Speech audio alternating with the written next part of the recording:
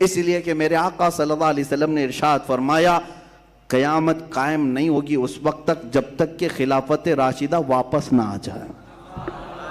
پوری دنیا میں میرے آقا صلی اللہ علیہ وسلم نے ارشاد فرمایا خلافت علی منہاج النبوہ دوبارہ قائم ہوگی، اور اگر میرے نبی نے فرمایا ہے تو وہ ہو کر رہے گی، ہو کر رہے گی. ٹینشن اسی بات کا ہے، دوسروں کو تکلیف اسی بات کی ہے. حضور اکرم صلی اللہ تعالی علیہ وسلم کہ اس فرمان عالی شان کو جو ہم نے سنا ہے وہ دوسرے بھی پڑھتے ہیں، جانتے ہیں کہ ان کی باتیں جھوٹ نہیں ہو سکتی، ان کی بشارتیں پوری ہوتی ہیں، تو پھر واپس خلافت لوٹنے والی ہے. تو اس لیے اب جتنے لوگ ہیں کم سے کم ان کو تو بھلا کر کے رکھو، ان کو تو بھلا کر کے رکھو. یہ اگر بولتے رہیں تو کہیں قائم نہ کر ڈالیں. عزیزان گرامی، لگے ہاتھوں میں صرف اور صرف تجزیہ کر رہا ہوں، باقی کوئی میرے یہ نہیں ہے، صرف اوپینین دینے کی تو ہر ایک کو آزادی ہے. ہاں، جب فریڈم آف ایکسپریشن میں لوگ گالیاں دے سکتے ہیں، یہی تو ہو رہا ہے نا آج، freedom of speech, freedom of expression کے نام پر گالیاں دے رہے ہیں، تو ہم تجزیہ کیوں نہیں کر سکتے؟ ایک بہت بڑا ملک ہے جو سب سے طاقتور سپر پاور، جس کے پاس اسلحے، ہتھیار، میزائل، پیٹرول بم سب کچھ ہے، اور دنیا کے معاشی حالات میں سب سے بڑا اکنامک اس کی سب سے اچھی، پوری دنیا وہاں جانے پر فخر کرے. اتنی طاقتور حکومت، اور لڑتی ہے ایک بہت کمزور ملک سے جس کے معاشی حالات خراب ہیں، جن کے ہاں پولیس نام کی چیز نہیں ہے، جن کے ہاں حکومت اسٹیبلش نہیں ہے، جن کے ہاں فوجی نظام نہیں ہے، جن کے ہاں کھانے پینے کے پیسے نہیں ہیں. اقوام متحدہ خود کہتی ہے 3 کروڑ کی آبادی تقریباً افغان کی، آدھی آبادی کو روٹی کھانے کی ضرورت ہے، کھانا پانی روٹی اس کی بھی ضرورت ہے. اتنا غریب ملک ہے، مال میں کوئی چیز نہیں، اکنامک ان کی ٹوٹی بکھری ہوئی، نہ وہاں کوئی ملٹی نیشنل کمپنیاں آتی ہیں انویسٹ کرنے کے لیے، نہ ٹورسٹ جاتے ہیں، کچھ نہیں ہے. چنا تو اس ملک کو لڑنے کے لیے، کبھی چائنا کو نہیں چنا، کیونکہ برابر کا ٹکر کا مقابلہ ہو سکتا ہے. رشیا میں اترنے کی ہمت نہیں اس دادا کو، دادا گیری دکھایا ہے تو چھوٹے سے ایک ملک کو 3 کروڑ کی آبادی ہے، تقریباً 3.5 کروڑ کے آس پاس، اور دکھایا 20 سال جمایا اپنے قدم، اور اس کے بعد پھر بوریا بستر باندھ کر واپس نکلا بھی، خوب پیسے بھی وہاں بہایا، خوب وہاں پر اسلحے بھی بیچا، اور اپنے فوجیوں کی موت بھی دیکھا، دوسروں کی موت بھی دیکھا، خون خرابہ سب ہو کر کے نکل گیا. لوگ الگ الگ اب داستانیں بتا رہے ہوں گے، ہماری میڈیا بھی پوری صبح سے شام اسی میں مصروف ہے، آج کل اسی میں مصروف ہے. اب یہاں کیا خطرہ ہے؟ الحمدللہ میں محسوس کرتا ہوں، میں بطور مسلمان یہ ضرور کہوں گا کہ ہندوستان کو کوئی خطرہ نہیں ہوگا انشاءاللہ. ہم زندہ ہیں، ہم اس ملک کی حفاظت ضرور کریں گے. ان بھگوا لوگوں کی طرح سے نہیں ہے جو صرف اور صرف چیخنے اور چلانے والے ہیں. خون کی ضرورت پیش آئی انشاءاللہ پیش کریں گے، بزدلی نہیں آئے گی. لیکن بات تجزیے کی کہہ رہا ہوں، چھوٹا ملک، بہت بڑی طاقت، مقابلہ سمجھ میں نہیں آتا. اور خود اکیلا بھی نہیں، نیٹو فوجیں پوری لے کر، تقریباً 40 کنٹریز کی فوجیں لے کر کے اتر رہے ہیں. مارا بھی، توڑا بھی، ختم بھی کیا. 20 سال کے بعد حاصل کیا ہوا پتہ نہیں چل رہا ابھی تک. بھائی دوسری جنگیں پیٹرول چرانے کے لیے، تیل چرانے کے لیے ہوئی، یہاں کیا چرانے کے لیے آئے تھے؟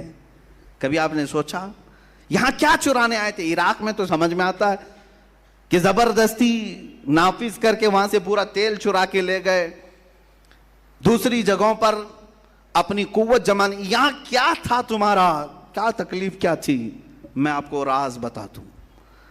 وہ بہت بڑا سپر پاور، وہ بہت بڑی طاقت، اور ایک بہت چھوٹا سا ملک. تکلیف کس بات کی؟ بہانہ تو بنایا تھا القاعدہ کا. خیر ٹھیک ہے. اچھا ایک بات یہ بھی آپ کو میں بتاؤں، تاریخ میں پیچھے جائیے تھوڑے 6-7 سال پہلے، بلکہ یہ جنگ شروع ہوئی 2001 میں. کس بات پر؟ کہ ابن لادن کو ہمارے حوالے کرو. انہوں نے منع کیا، یہی ایک وجہ تھی جنگ کی. بن لادن کو ہمارے حوالے کرو، ہمارے حوالے کرو۔ امریکہ اتر پڑا، مارا۔ 14 سال کے بعد پتہ چلتا ہے کہ وہ تو پاکستان میں تھا۔ کہاں مارا گیا بن لادن؟ ان کی رپورٹ کے مطابق، مجھے نہیں معلوم کہاں مارا گیا، پاکستان میں مارا گیا۔ تو پھر افغانستان میں کس کے لیے لڑ رہے تھے؟ اگر وہ وہاں بیٹھا تھا تو افغانستان میں کیوں لڑے؟ مر گیا بن لادن تو پھر 6 سال تک کیوں بیٹھے رہے؟